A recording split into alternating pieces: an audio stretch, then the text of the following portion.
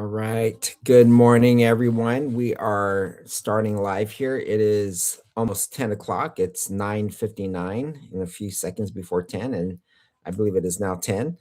I want to welcome everyone this morning to another live session here on the Future of Hope YouTube channel. Um, we've been doing a pretty good job at trying to stay consistent with these videos, and we are now launching a new series of live videos. So, those of you who are joining me right now, welcome. I wanted to just thank everyone who has been joining me, watching the videos. Your diligence and your continued coming back to the channel has led to definitely the algorithm for YouTube is sending out a lot of these videos. So, again, thank you so much. And if you're here, go ahead and type into the chat bar, just say hello to everyone. I'm going to go ahead and type in something now. And if you want to just say hi and let me know what part of the world or country you are in, that would be awesome. There is different ways that you can just say, hey, there's like little emoticons, emojis, or whatever they call them. And you could just click on that or just a little heart. So welcome. So today, what we're going to do, we have a lot of material to cover, and I'm going to try to do the best that I can in just about 15 minutes. That's as long as I want to do these. But we're going to on Tuesdays do a prophecy alert.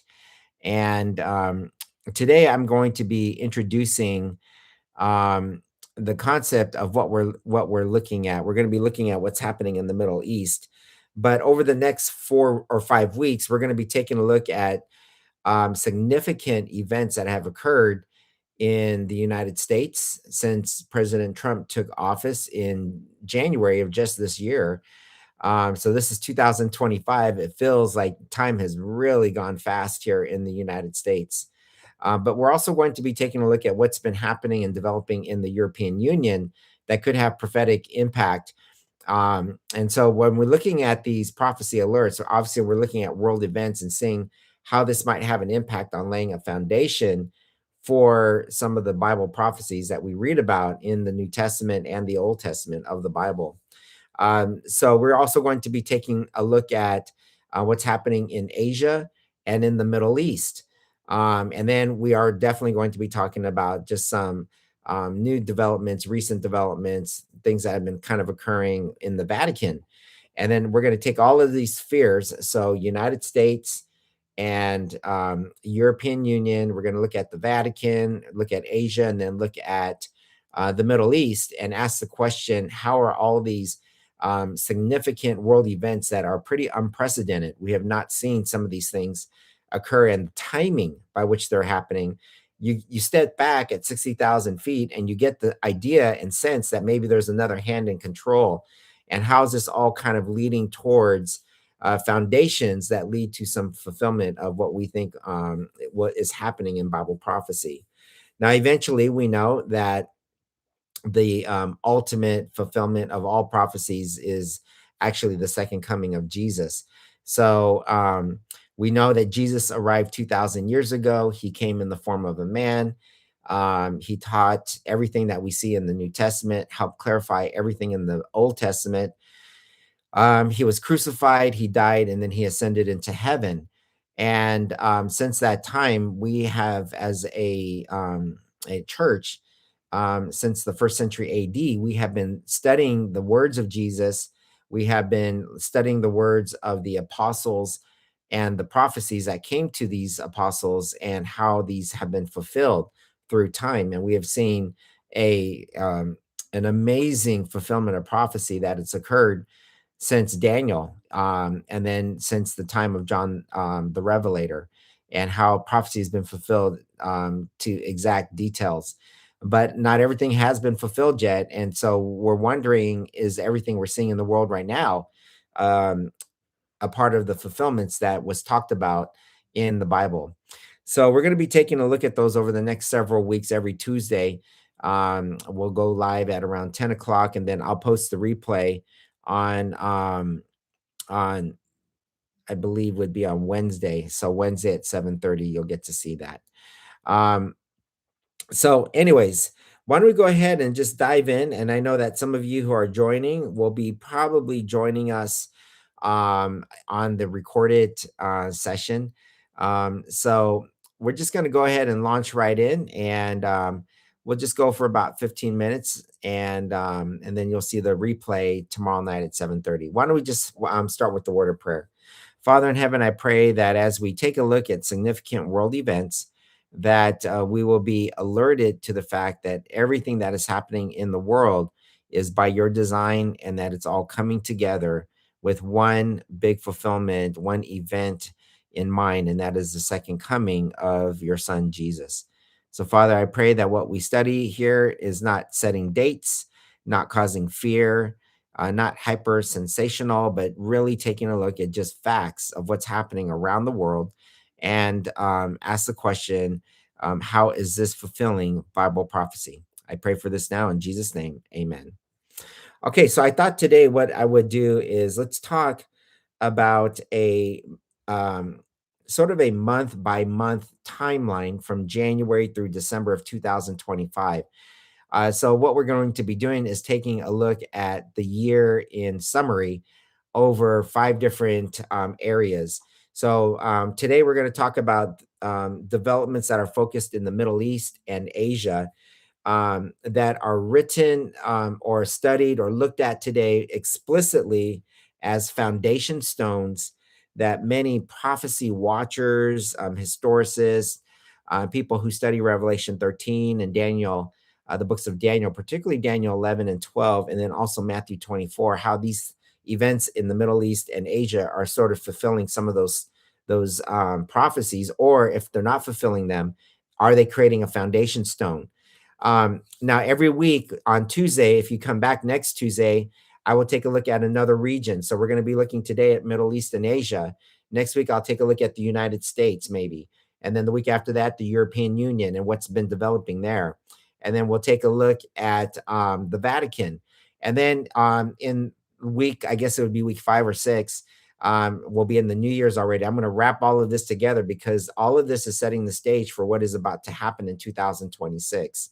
And then every Tuesday, I'll be giving you a week by week update on how everything is kind of building up and fulfilling, etc. So we know that there's a lot of concern for many people around the planet because of things that are happening um, um, in your region of the world. So today we're going to be looking at January through December of 2025, a month by month timeline.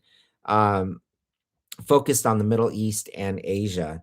And just one note I think that is important, framing actually matters. So, what I mean by that, when I say framing actually matters, is what I'm going to be doing, I'm not actually declaring that prophecy is fulfilling, but I'm identifying structural, geopolitical, I'll be identifying economic, military, and religious shifts that are creating conditions that many prophecy interpreters and students and theologians believe are necessary precursors for the fulfillment of prophecy. So, in other words, if you read a Bible prophecy, you ask yourself the question, there is no way in the world this would ever happen. Okay, there's some pretty outstanding Bible prophecies, and just think to yourself, there's no way this is going to happen in my lifetime. But we know that nothing ever occurs just like that. We know that there are precursors, things that build up to this moment. And so, what I'm looking at are events from January through December that I believe have been a lot of precursors that have been setting up foundation stones. So, when that moment occurs, um, it makes a lot of sense that, okay, it was built up to that moment. Um, so we're going to take a look at this 2025 Prophecy Watch timeline in the Middle East and Asia, beginning with January. So let's just talk a little bit about what has occurred. Now, as we're taking a look at these areas, one of the things I want to say is that there are several foundation stones that have been laid in 2025. For example, there is the category of war. We've noticed that that foundation stone of normalizing emergency powers has been established. Normalizing emergency powers, in other words, meaning that wars are going to occur. So this is an emergency, and this is just normal now. We're just going to act because it's an emergency. A second area, a category that I want to look at is this concept of peace. So there's war and then there's peace. Well, in peace, we've noticed a shift in Middle East and Asia where they're demanding authority and compliance. Um, so, normalizing emergency powers during war, and when there's any talk of peace, demanding authority to be involved and compliance that is being agreed upon by those who are in the war state. And we notice that these are significant shifts because in the past, when a war happened, there were just basically two countries at it, and they would find some sort of resolution, whether whatever it would be. Well, now we've noticed that they're demanding third party interventions. Okay, the third area that I've noticed is the economy. We notice that the economy in the Middle East and in Asia has become very conditional access. In other words, programmable. Something occurs, then there's a natural cause and effect that Asia and Middle East just kind of like naturally falls into. It's almost becoming programmable now when it comes to the economy, and it's very much based on whatever condition is occurring in the country. Now, that becomes important when you think about Revelation 13, where it talks about no one can buy or sell, so there's these conditions that all of a sudden trigger because of some sort of cause. A fourth area category would be identity. So we've noticed in the Middle East and the Asia that there's been a normalization for digital identity and biometric identity. Whether this is in the airports or in banking systems, people are getting used to now just working with digital identification as well as biometrics. If you're not familiar with biometrics, it's like retinal scans, your thumb, fingerprint, whatever it might be. So we'll be exploring a little bit of that and what's happened in this year. Religion has been huge this year in the Middle East and in Asia.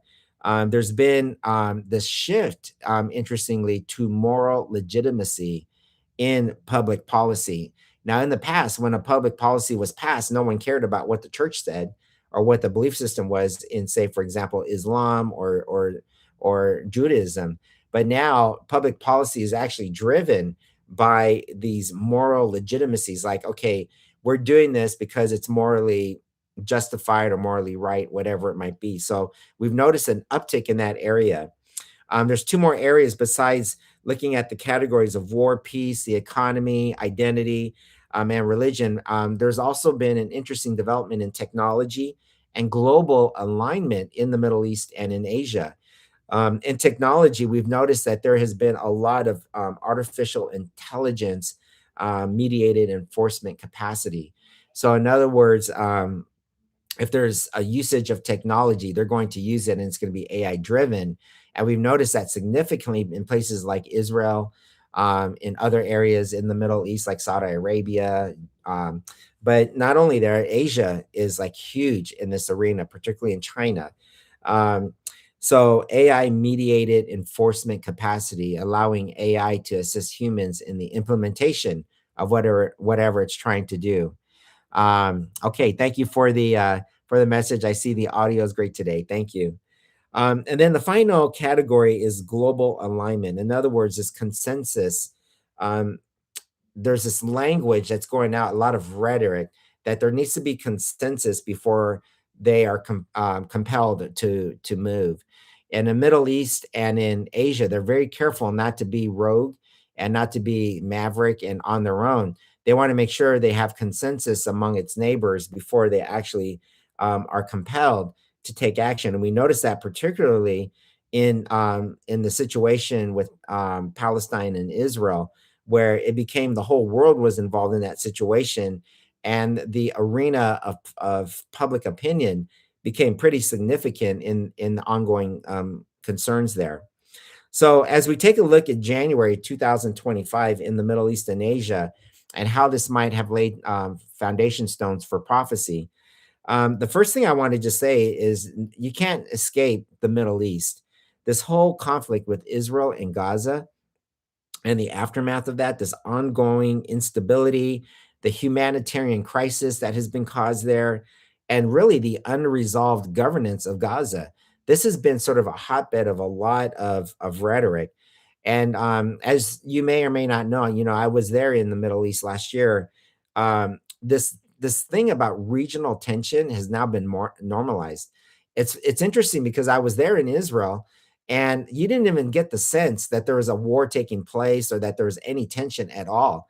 Um, it just felt like life was as normal, but that's a part of a foundation stone that I'm wondering is setting us up for prophecy fulfillment in the Bible, where it's just this conflict fatigue has finally set in, and these calls to increase durable regional solutions is now out there, and they're just saying, yeah, war is normal. We just need to have some sort of regional solution, and we'll just keep going on. This whole thing that we're talking about is actually prophetic, that Jesus talked about in Matthew 24 about wars and rumors of wars and nations rising against nations.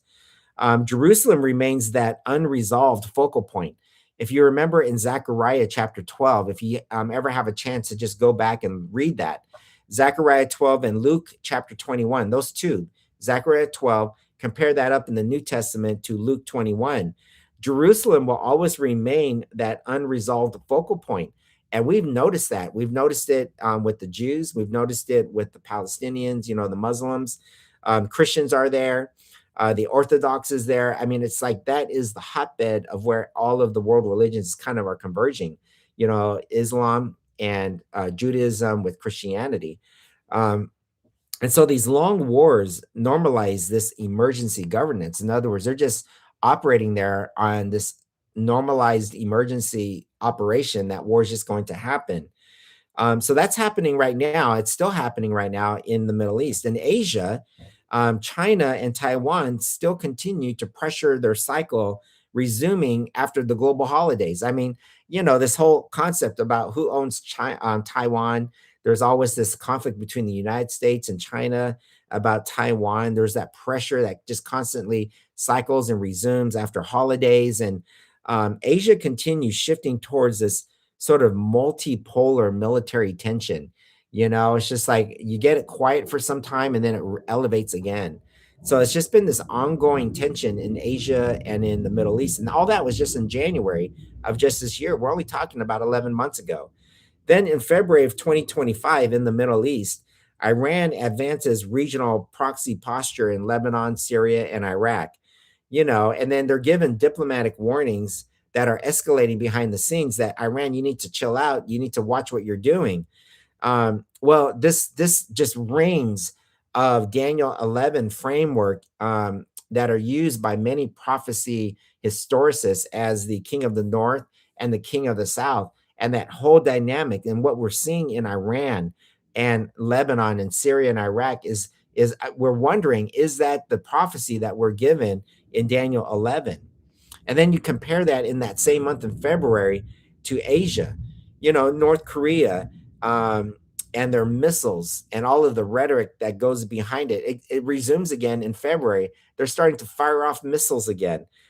Japan and South Korea, as a result of this, are deepening their defensive postures. In other words, they're coordinating, wondering if North Korea is going to fire a missile into South Korea or in Japan.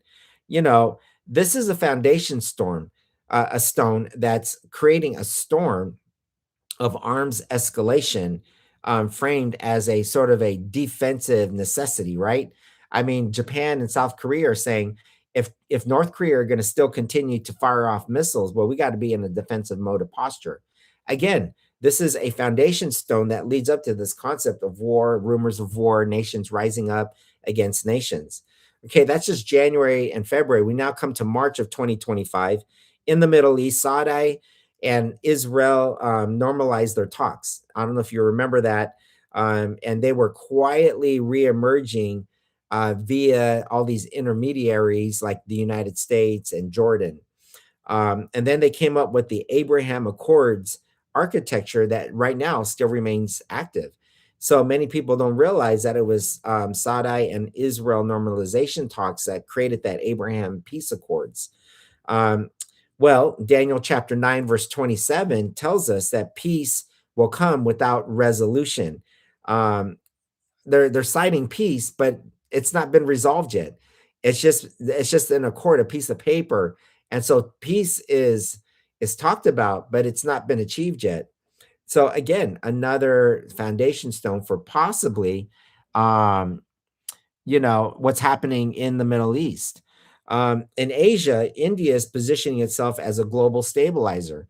Um, in areas such as trade, diplomacy, they're trying to position themselves as a global stabilizer in global South leadership in the region. Um, this India, Middle East, Europe economic corridor has had a lot of discussion lately, and it's continuing even right now. So this issue of India and Pakistan, Bangladesh, the Middle East, right there in that region, and Europe, how that whole region is just sort of coming together. Well, this is another foundation stone that we saw in March that's leading to some sort of trade leverage infrastructure that we know was setting up for when Trump started to implement. We'll talk more about that next week. But we see that all of this has been setting up for this concept of controlling how you buy and sell and how the world economy is coming together. Um, in April of 2025 in the Middle East. I don't know if you remember, but the Temple Mount, where the Golden Dome is in Jerusalem, there were some religious observances that were happening, and there were tensions there. There was a scuffle that occurred, and heightened security presence became, at that moment, routine, where you can't just go into the West Wall anymore, and you have highly restrictive access as you go into the Temple Mount. Um, again, sacred space, and it's overlapping with civil authority. So, you want to go to these places and have a pilgrimage. If you're a Jew, you go to the West Wall. If you're a Muslim, you go to the Temple Mount. If you're a Christian, you want to go there because of the historical significance of the region. And now you can't go there without some sort of civil authority that is controlling your access. So again, this is all Revelation 11, 12, and Revelation 13 themes that are foundation stones that are talking about what would happen in that region. And that same month in April, Asia went crazy with digital ID expansion. Southeast Asia, in particular, in countries like Vietnam, Cambodia, and Thailand, and in India, they're moving to digital ID. Um, and this included finances as well, financial inclusion, um, um, increasingly tied to this biometric identity, which is really kind of interesting, right? If you think about it, you would think that the biometric identification would occur in the Western nations like Europe and in the United States and in Australia and South Korea or wherever. But yet we see the digital ID expanding into places like Southeast Asia and India. So, you just have to scratch your head and wonder this identity that leads to access, that leads to participation chain. In other words, if you want to control the crowds, you got to know who the crowds are. And then how do you know who the crowds are? You just get it digitally mapped. And all of a sudden, you control an entire region. So that's something that we need to continue watching because it's going to develop more here in 2026. May 2025, Middle East.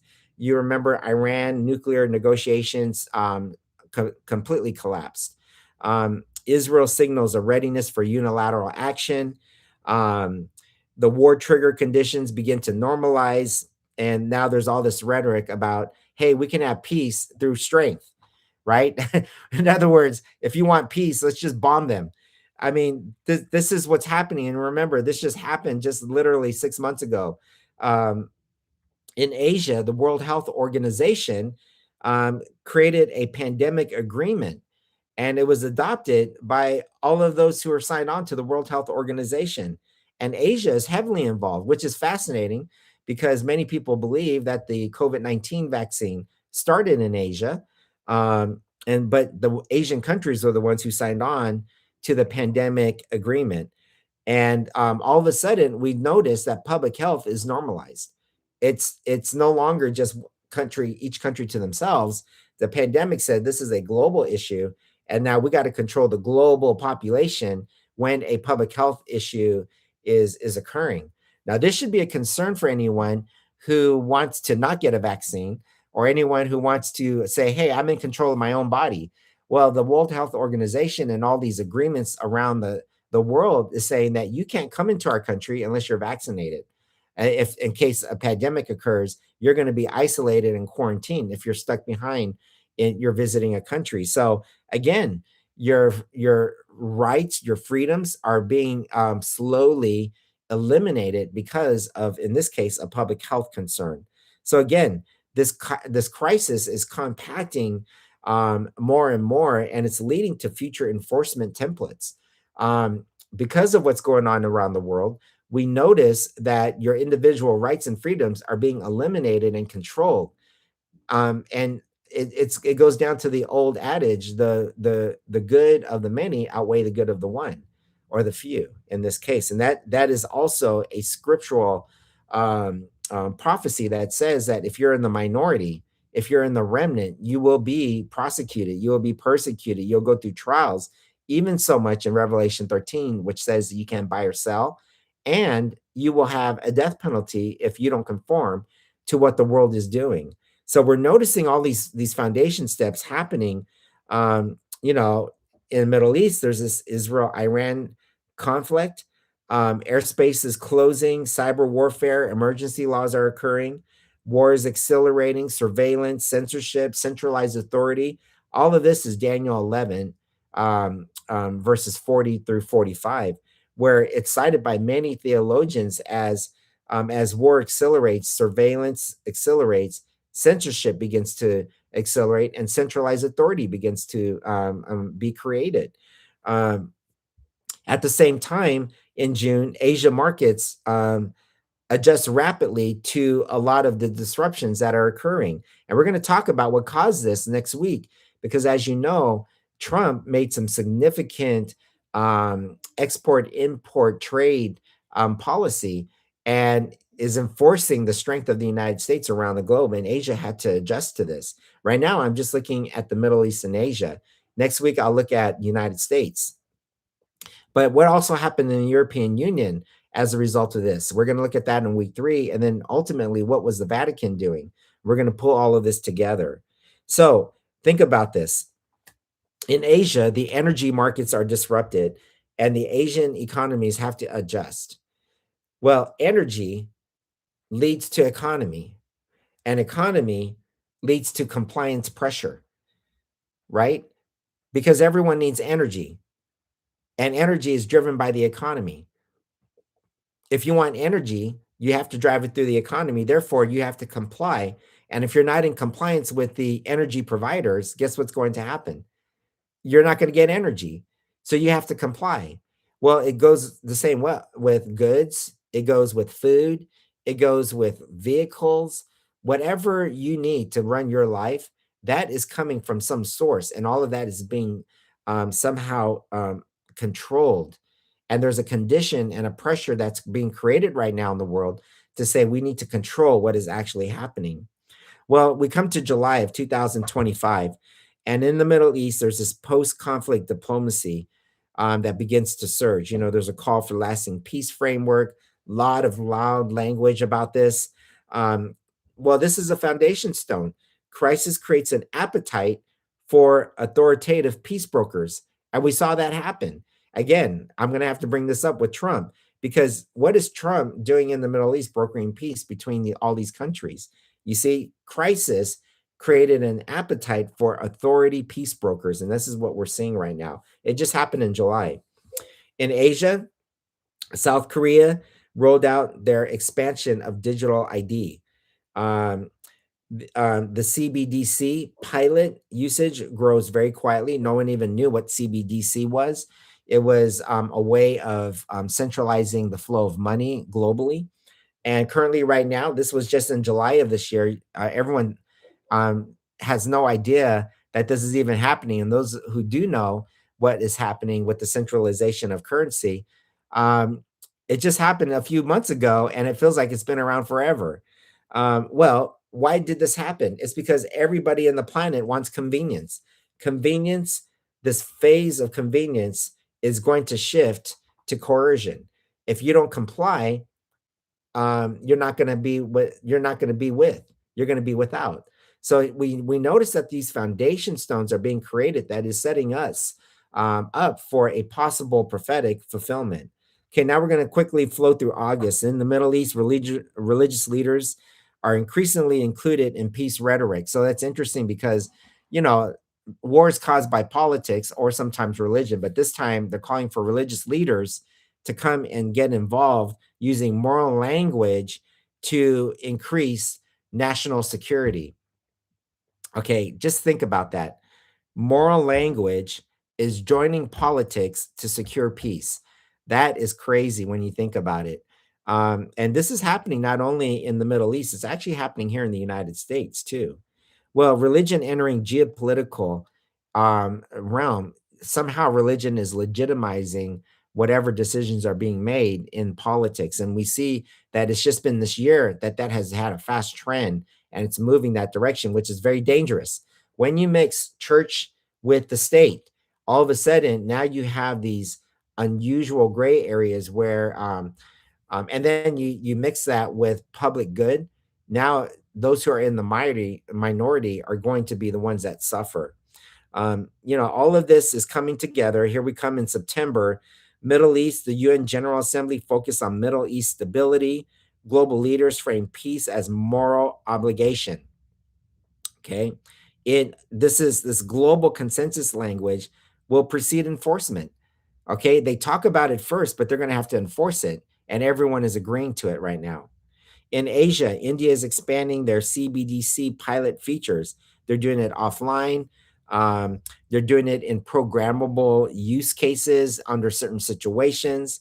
Um, Basically, the bottom line is, if you want financial access, you have to follow the policy conditions, and this is what's happening in all of Asia. So in Hong Kong, in China, all of the Asia region, they're all going through this. Again, this is the buy and sell mechanics that are maturing quietly. Um, October, Middle East, Jerusalem pilgrimage season amid tight security. People are going to Jerusalem. There's a lot of religious pilgrimages going on right now, but it's being controlled. Um, so what do we notice here? Worship, authority, and access are all intersecting. You want to worship, you have to have access. If you want to have access, you need to have the proper authority. Okay. In Asia, again, more digital expansion of IDs happened. It moved into Southeast Asia. It moved in Laos. It became cross-border ID.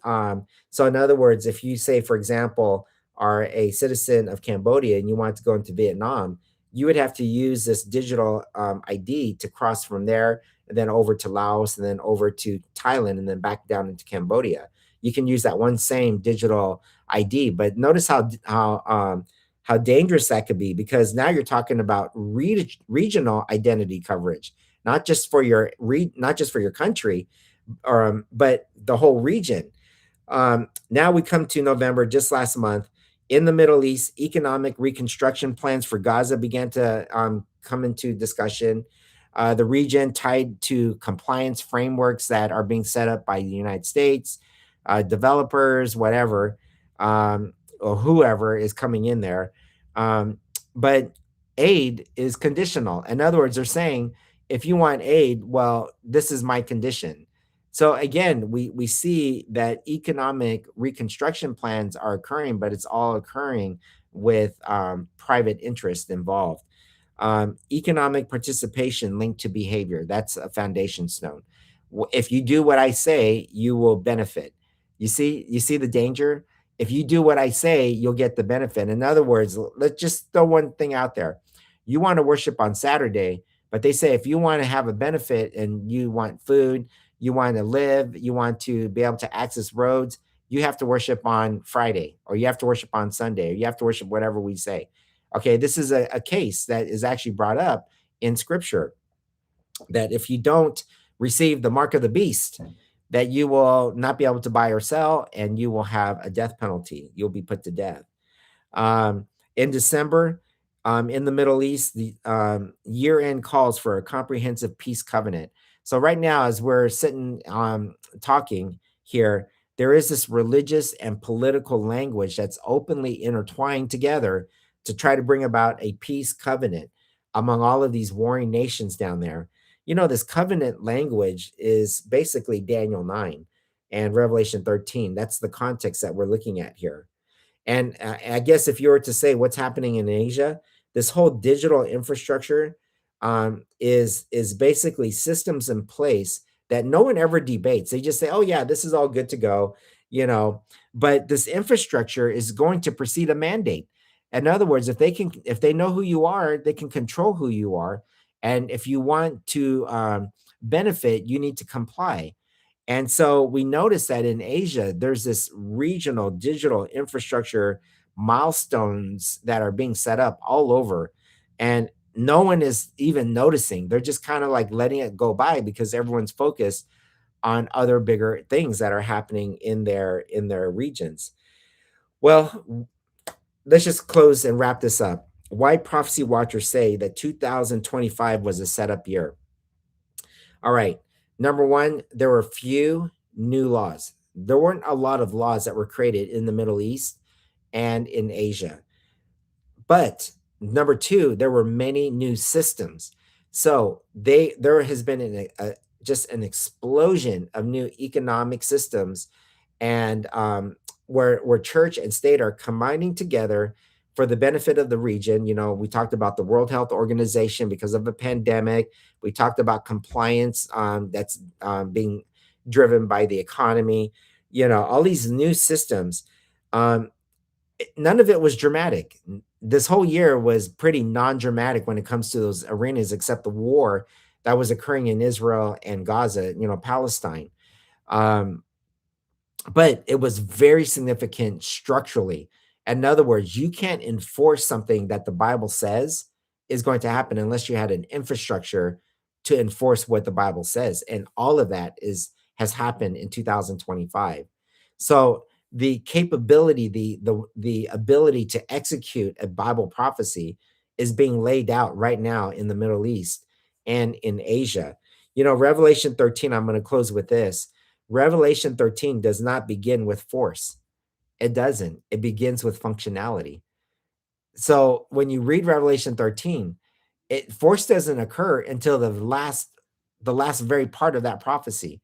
Most of the prophecy of Revelation 13 was all functionality enforcement areas where the beast is speaking like a dragon, where the first dragon is showing its global influence.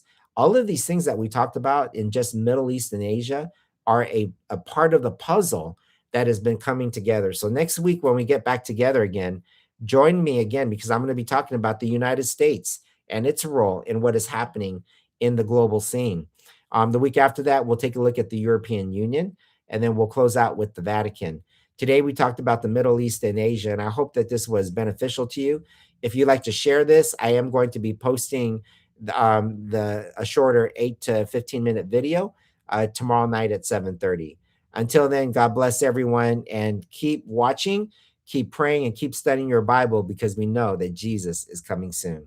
God bless.